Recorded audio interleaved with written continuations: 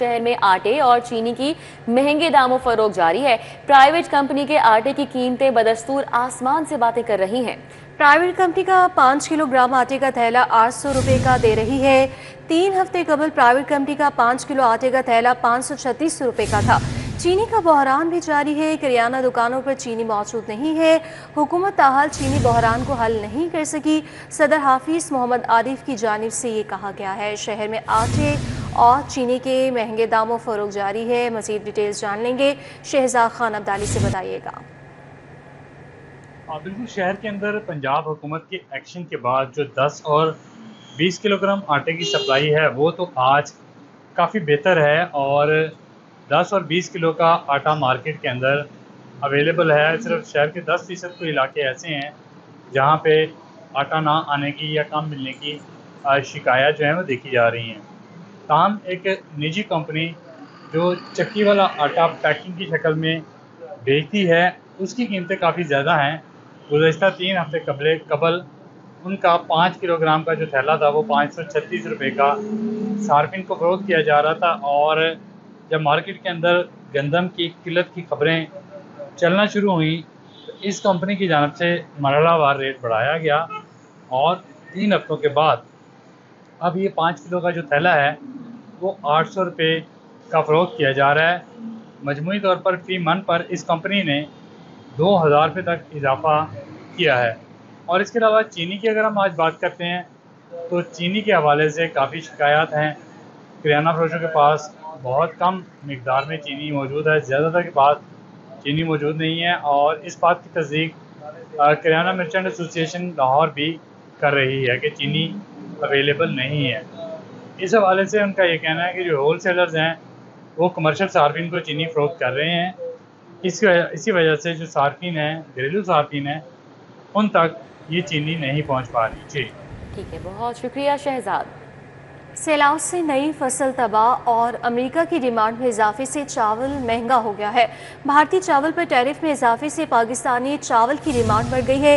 Wholesale dealers ने चावल को स्टॉक करना शुरू कर दिया। एक माह में चावल 40 रुपए किलो तक महंगा हो चुका।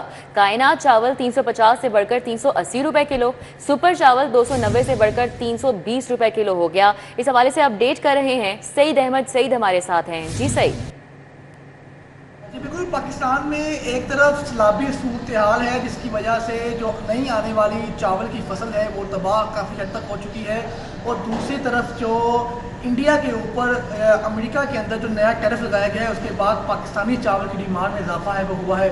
तो इन दोनों वजूहात की वजह से पाकिस्तान में मौजूद चावल की कीमत में इजाफा है वो भी देखने नज़र आ रहा है। और अगर फ़ी किलो की बात करें तो फ़ी किलो जो है वो 40 रुपये तक जो चावल कीमतों में इजाफा है वो हुआ है। तो इस तमाम मामला के ऊपर जो फहरिस्त चीज़ें हैं वो तो सैलाबी सूरत हाल है और दूसरा जो है पाकिस्तानी चावल की जो अमेरिका में डिमांड है वो वजूहात बताई जा रही हैं। चेयरमैन हैं हमारे साथ, इस वक्त डिस्ट्रीब्यूटर है, शेख साहब से बात करेंगे। शेख साहब, क्या कहेंगे कि पाकिस्तानी चावल की कीमत जो है वैल्यू है वो तो इंटरनेशनल लेवल पर बढ़ी है, उसके साथ सैलाबी सूरत हाल भी है, तो कीमतों में इजाफा कितना देखने लगा? बिस्मिल्लाहिर्रहमानिर्रहीम। जनाब, सबसे बड़ी बात तो ये है कि जब टैरिफ अमेरिका ने लगाया इंडिया के ऊपर तो उसी वक्त ये इसकी वहाँ से इंक्वायरी आनी शुरू हुई और आहिस्ता आहिस्ता इसके रेट बढ़ने शुरू हो गए थे। और काफ़ी रेट जो थे ये लोगों ने कुछ माल को स्टॉक में भी कर लिया क्योंकि वाया दुबई तो ये एक्सपोर्ट हो नहीं सकते थे क्योंकि वो अमेरिका को तो समझ है कि दुबई में तो राइस नहीं पैदा होते, जैसे वाया दुबई चले जाते तो ये यहीं से जाने थे, इसलिए ये होल्ड हो गया। होल्ड होने की वजह से प्राइस बढ़ी है और साथ ही अल्लाह हमारे ऊपर रहमत करे और मेहरबानी करे, ऊपर सैलाब आ गया। सैलाब की वजह से भी फसल जो है वो काफ़ी ज़ाया हुई है और तबाह भी हुई है और उसकी वजह भी शॉर्टेज आ गई है जिसकी वजह से ये महंगाई और ज़्यादा बढ़ेगी राइस की। ये यानी मेरा एक्सपीरियंस है और तजर्बे की बात है। जी बिल्कुल, जो सैलाबी सूरत हाल है उसकी वजह से जो नई आने वाली फसल है उसकी जो रेशो होगी उसकी भी कमी होगी, जिसकी वजह से ही जो ज़रा ये कहते हैं कि जो माफिया एक सर्किट अमल है, माफिया की तरफ से चावल है वो होल्ड भी किए गए हैं और कुछ दूसरी तरफ अमेरिका की तरफ से डिमांड है वो बहुत ज़्यादा बढ़ती जा रही है। तो ये दोनों फैक्टर्स हैं जिसकी वजह से जो स्टॉक करने वाले लोग हैं उन्होंने चावल ठीक है, बहुत शुक्रिया। हमारे साथ सईद अहमद सईद थे, आगाह कर रहे थे। गवालों का पंजाब फूड अथॉरिटी हेडक्वार्टर्स के बाहर एहतजाज। मुजाहिरीन की मिलावट माफिया की आड़ में दूध फरोशों के खिलाफ कार्रवाई के खिलाफ नारेबाजी की गई। दूध के म्यार पर समझौता नहीं किया जाए मगर हमारा कारोबार मुतासिर हो रहा है। मुतासरीन का कहना है कि चेकिंग के दौरान ताखीर से लाखों लीटर दूध खराब हो रहा है। एहतजाज के बायस ट्रैफिक की रवानी भी शदीद मुतासिर रही। गवालों ने दूध क्वालिटी चेकिंग पॉलिसी पर नजरसानी का भी मुतालबा किया और पंजाब फूड अथॉरिटी हुकाम से मुज़ाकरात तक एहतजाज जारी रखने का इंदिया दिया गया है। क्या कहना है मजीद इन मुजाहिरीन का, जान लेते हैं कलीम अख्तर से। जी कलीम। इस वक्त मैं पंजाब फूड अथॉरिटी हेडक्वार्टर के बाहर मौजूद हूं, जहां पर गवाले बहुत बड़ी तादाद के अंदर सरापा एहतजाज हैं। वो क्यों एहतजाज कर रहे हैं, इस हवाले से मजीद इनसे गुफ्तगू करते हैं। अच्छा, मुझे बताइएगा कि यहाँ पर सारे लोग इकट्ठे हुए हैं, आप क्यों एहतजाज कर रहे हैं? सर, ये तकरीबन पिछले एक हफ्ते से इस तरह काम हो रहा है। मतलब कि गाड़ियाँ जो हैं हमारी इस वक्त जो हैं 250-300 इस वक्त इन लोगों ने जब्त की हैं। हमें इस जो तरीक़ाकार है उससे कोई वो इख्तलाफात नहीं है। होना चाहिए सैंपल वगैरह लगना चाहिए, लेकिन एक बंदे की आड़ में सबको इधर बिठाना। अगर आप देखें एक गाड़ी में 5 से 6 हज़ार लीटर अंदर है गाड़ी के अंदर। अब इसको आप मल्टीप्लाई करें 200-300 से, कितना दूध है इसके अंदर, वो हमें नुकसान भुगतना पड़ रहा है। हम कह रहे हैं कि सैंपल लगाएं। आप जो सैंपल किया तकरीबन 15 से 20 मिनट में, मैक्सिमम 1 घंटे में रिपोर्ट आ जाती है, लेकिन ये गाड़ियां तकरीबन 3 से 4 दिन से इधर खड़ी हैं, जिसके अंदर हमें 2 से 1 नुकसान 3 नुकसान भुगतने पड़ रहे हैं। गाड़ी लहदा खड़ी है इधर, उसके अंदर दूध है वो ख़राब है। ठीक है, सीधा ये मुआशी इत्तिसाल है। ठीक है, कत्ल है, इंसाफ का कत्ल है। से कहा जा रहा है कि यहाँ पर जो गाड़ियाँ हैं वो बहुत बड़ी तादाद के अंदर खड़ी हुई हैं, और इस हवाले से मज़ीद बात करते हैं। मुतालबा क्या है जो एहतजाज यहाँ पे कर रहे हैं, मुतालबा क्या चाहते हैं अथॉरिटी से या पंजाब हुकूमत? बिस्मिल्लाहिर्रहमानिर्रहीम। मेरा डीजी पंजाब से एक ही मुतालबा है, हम सारे ये दुकानदार इकट्ठे हुए हैं इधर। सबसे पहले ये जो दुकानदार हैं ये फार्मर पीछे बैकवर्ड एरिया में जाते हैं ठेकेदारों के पास, उनसे दूध रिसीव करते हैं, रिसीव करके फिर सिटी एरिया में लाते हैं। इधर ला के हम तो दूधी को भी पैसे देते हैं, ठेकेदार को भी पेमेंट करते हैं। सारी जब पेमेंट हो जाती है हमारे टैंकर में दूध आ जाता है। फौरी डीजी साहब जनाब सैंपल उठाते हैं, और सैंपल उठा के हमें आज तक कभी किसी ने ये नहीं बताया कि BR क्या है, SMT क्या है। या तो ये एक तरबीती कैंप बनाएं और उस कैंप में हमें बुलाएं, और बुला के हमें टोटल जो है ना इस चीज़ के बारे इन्फॉर्म करें कि सर ये क्वांटिटी है, इस लेवल पे आप काम करें। अगर उसके बाद अगर हम कुछ गलत करते हैं तो हम जिम्मेदार। जी बिल्कुल, उनकी जानिब से ये कहा गया है कि यहाँ पर अगर दूध। ठीक है, बहुत शुक्रिया करीम अख्तर आपका। आपको बताएं कि पंजाब सिटीज़ प्रोग्राम के तहत अरबों रुपए का फ़ंड गैर इस्तेमाल होने का इंकशाफ हुआ है। हुकूमत ने पंजाब इंक्लूसिव सिटीज़ प्रोग्राम को खतीब बजट दिया मगर खर्च नहीं किया जा सका। 35 अरब 96 करोड़ से ज़ायद रकम म्यूनसिपल सतह के मंसूबों पर खर्च ही नहीं किए गए। इसकी क्या वजूहात सामने आई है, अली रामी से जान लेंगे, बताइएगा। जी बिल्कुल, ये प्रोग्राम ऐसा है, इसका मकसद ये था कि सीवरेज का निकासियाब, साफ पानी की फराहमी और ड्रेनेज के बेहतर जो प्रोग्राम है वो न सिर्फ लाहौर बल्कि पूरे पंजाब के मुख्तलिफ शहरों में मुकम्मल किए जाने थे। अब इसके लिए फाइनेंस डिपार्टमेंट ने एक सर्टन अमाउंट जो है वो 35 बिलियन की वो महकमा बल्दियात को इस प्रोग्राम के लिए जो है वो दिए, लेकिन इस पर अब महकमा खजाना पंजाब ने ही हुकूमत पंजाब को इंकशाफ किया है कि ये बजट अभी तक इस्तेमाल नहीं हो सका, क्योंकि म्यूनसिपल गवर्नमेंट की जो डिपार्टमेंट है, लोकल गवर्नमेंट, उनकी तरफ से डिमांड की जा रही थी कि उनको इजाफी फंड जो है वो दिया जाए।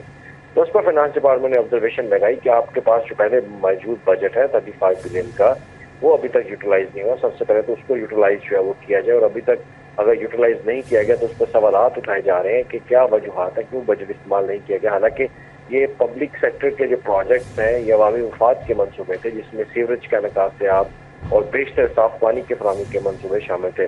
अब इस पर मामला जो है वो अब पंजाब हुकूमत के सामने जो है वो रखा जा रहा है, और इस पर फैसला होगा कि ये 35 बिलियन का बजट जो है उसको क्या होगा। जी ठीक है, बहुत शुक्रिया। अली रामी हमारे साथ थे, आगाह कर रहे थे। थीम पार्क सोसाइटी मोहनवाल और मुल्हका इलाकों में सैलाबी पानी जमा है। 2 हफ्ते कबल सोसाइटी का बंद टूटने से पानी सोसाइटी में दाखिल हुआ था।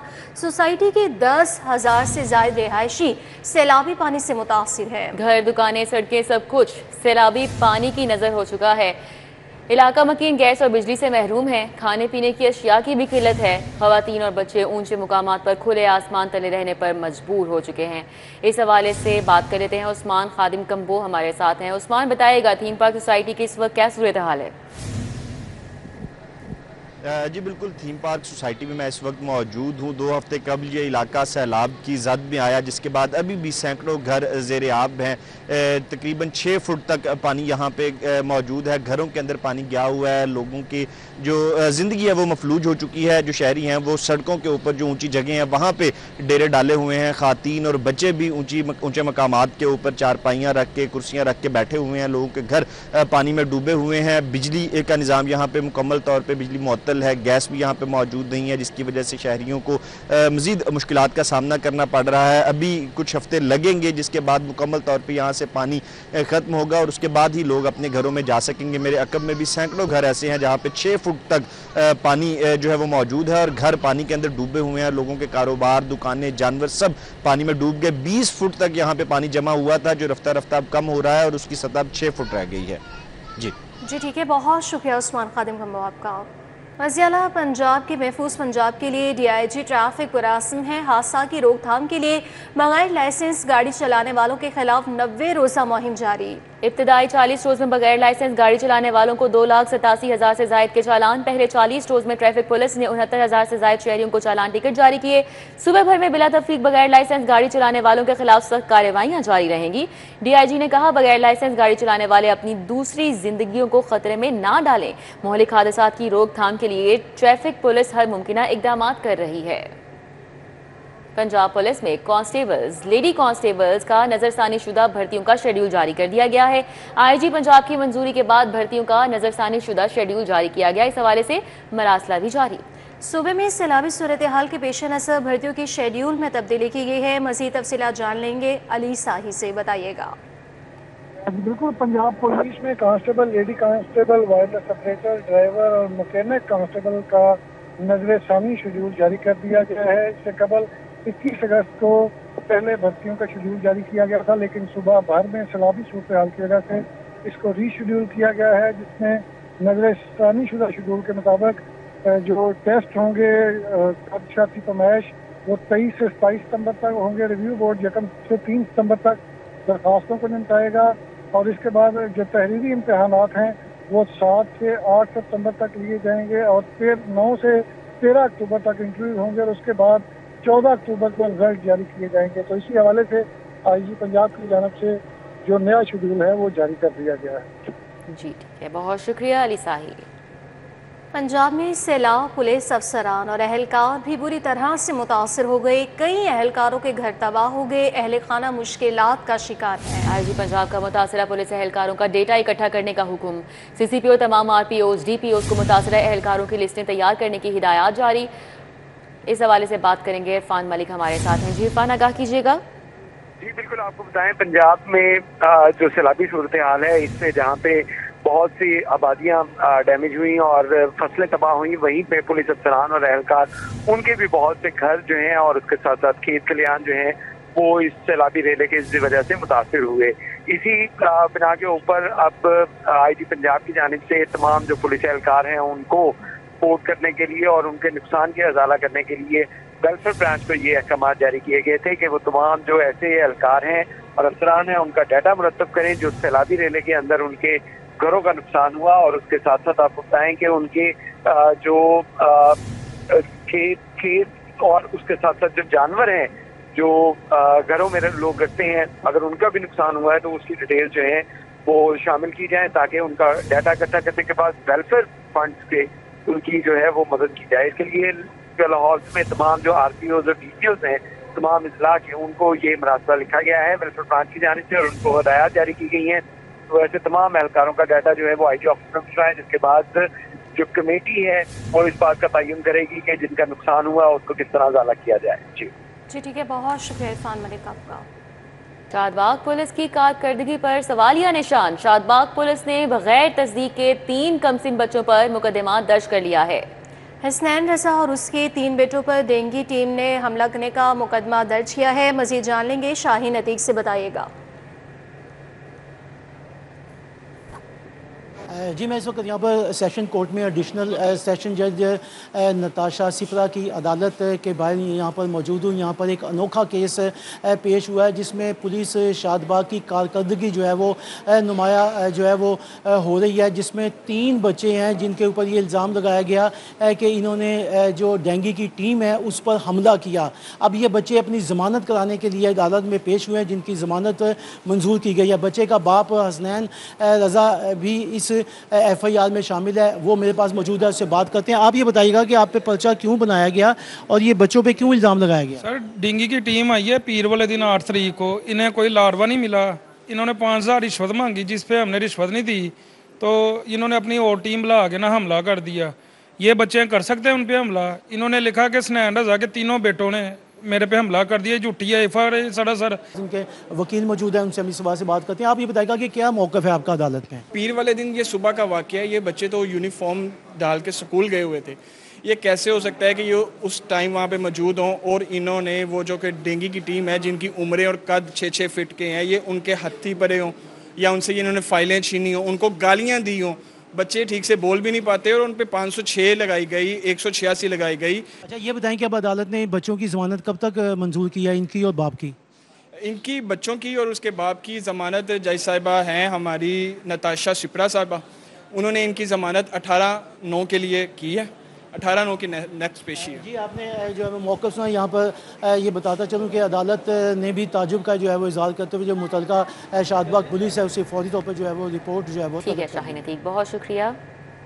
मोहम्मद खान भट्टी के खिलाफ पंजाब असम्बली से जबरी रुखसत पर होते सेशन अलाउंस वसूली का मुकदमा अदालती मुल्ज़िमान के खिलाफ केस की समाअत 8 अक्टूबर तक मुलतवी कर दी है। इस हवाले से तफसीलात जानेंगे, हमारे साथ जमालुद्दीन जमाली हैं। जी जमालुद्दीन जमाली। जी बिल्कुल, साबिक principal secretary Punjab assembly Mohammad Khan Bhatti समेत दीगर के खिलाफ मुकदमे की समाअत हुई। मोहम्मद खान भट्टी हाजिरी के लिए पेश हुए। अदालत ने मुल्ज़िमान के खिलाफ केस की समाअत 8 अक्टूबर तक मुलतवी की है। मोहम्मद खान भट्टी ने बरियत की दरख्वास्त इस मुकदमे में दायर कर रखी है, जबकि इनके शरीक मुलज़म जो है साबिक जो सेक्रेटरी पंजाब असम्बली है वो आज पेश नहीं हुए। उनकी हाजिरी माफ़ी की दरख्वास्त दायर की गई जिसको मंजूर कर लिया। इस मुकदमे में मोहम्मद खान भट्टी पर इल्ज़ाम है कि वो काफ़ी अर्सा जो है वो 10 साल जो है जबरी रुखसत पर रहे थे।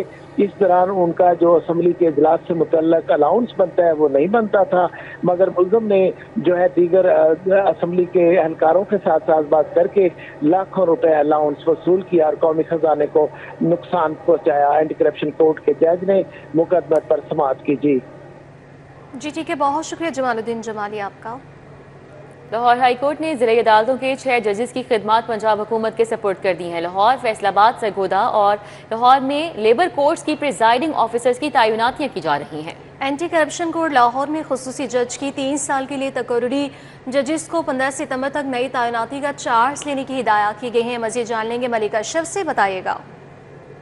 जी बिल्कुल, chief justice Lahore high court justice Saliya Neelam की मंजूरी के बाद 6 डिस्ट्रिक्ट एंड सेशन जजेस हैं जिनकी खिदमात पंजाब हुकूमत के सपुर्द की गई हैं और इन्हें हदायत की गई है कि वो पंजाब हुकूमत जो नई तैनाती है वहाँ पे रिपोर्ट करें। 15 सितंबर तक उनको रिपोर्ट करने की हदायत की गई है। जो चीफ जस्टिस की मंजूरी के बाद नोटिफिकेशन जारी किया गया उसके मुताबिक डिस्ट्रिक्ट एंड सेशन जज मोहम्मद जमील हैं, उनको स्पेशल जज एंटी करप्शन कोर्ट लाहौर तैनात किया गया है। डिस्ट्रिक्ट एंड सेशन जज लियाकत अली रांझा को judicial member appellate tribunal Punjab revenue authority तैनात किया गया है, ये भी लाहौर की एक पोस्टिंग है। डिस्ट्रिक्ट एंड सेशन जज खालिद अरशद हैं, उनको presiding officer Punjab labour court number 10 Sahiwal तैनात किया गया है। सेशन जज चौधरी मोहम्मद अलियास को presiding officer Punjab labour court number 6 Faisalabad तैनात किया गया है। इस तरह डिस्ट्रिक्ट एंड सेशन जज तारक जुवेद हैं, उनको presiding officer Punjab labour court number 5 Sargodha तैनात किया गया है और डिस्ट्रिक्ट एंड सेशन जज मोहम्मद अदीम को स्पेशल जज एंटी करप्शन कोर्ट मुल्तान तैनात किया गया है। नोटिफिकेशन के मुताबिक जजेस को हदायत की गई है कि वो 15 सितंबर तक अपनी नई तैनाती पे वहाँ का चार्ज पालें। जी ठीक है मलिक अशरफ, इस हवाले से बताएगा कि लाहौर में तैनात 33 सिविल जजेस कम मजिस्ट्रेट्स के तबादले किए गए हैं। किन किन के तबादले किए गए हैं? बिल्कुल, ये कुछ देर पहले chief justice Lahore high court justice Saliya Neelam की मंजूरी के बाद ये 33 सिविल जजेस का मजिस्ट्रेट हैं और इनके तबादले हुए हैं। ये तमाम जजेस जो हैं वो लाहौर में तैनात हैं और तमाम जजेस जिनको तब्दील किया गया है उनको कहा गया है कि वो 13 सितंबर तक नई तैनाती पे रिपोर्ट करें। लाहौर में तैनात सिविल जज का मजिस्ट्रेट खातून सिविल जज हैं महवश अंजम, इनको गुजरांवाला, इस तरह मोहतरमा तंजीला तबस्सम है उनको गुजरात तब्दील किया गया है। सिविल जज असद हयात का लोधरा, अक्सा इकबाल का हाफजाबाद तबादला किया गया है। इस तरह सिविल जज मोहम्मद नबील लतीफ़ का लिया, सलीमुल्लाह मलक का नोवाटेक सिंह और सिविल जज अरूज और रहमान का उकाड़ा, इकरा बशारत का सियालकोट, मारिया साबर का खानेवाल तबादला किया गया। इस तरह सिविल जज जोहरा जमील का ननकाना मुसीम शहजाद का रहीमिया खान, इस तरह सिविल जज अक्सा बशीर का चकवाल तबादला किया गया है। सायरा शहजादी का चनोट तबादला किया गया है।